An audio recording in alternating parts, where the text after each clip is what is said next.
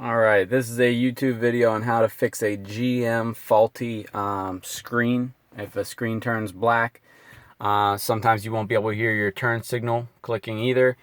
In my case, if you actually hit the power button, that still worked and the volume control still worked on here.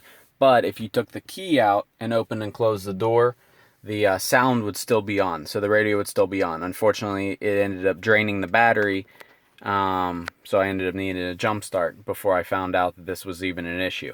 But the way I fixed this was turning off the car and going into the fuse box and pulling this fuse right here, this yellow one, that's the one for the radio.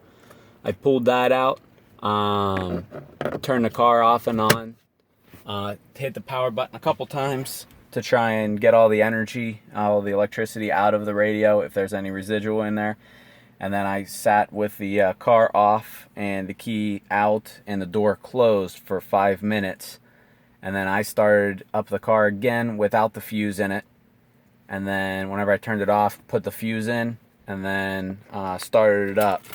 It worked just fine. So whenever I turned the car on, I actually got my screen back and my radio controls and everything back.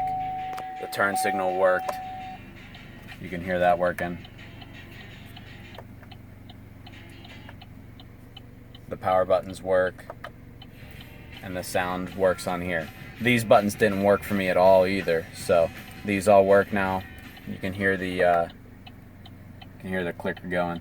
And of course we're at 36,853 miles, which is outside of manufacturer's warranty. So thank you very much, GM, for that.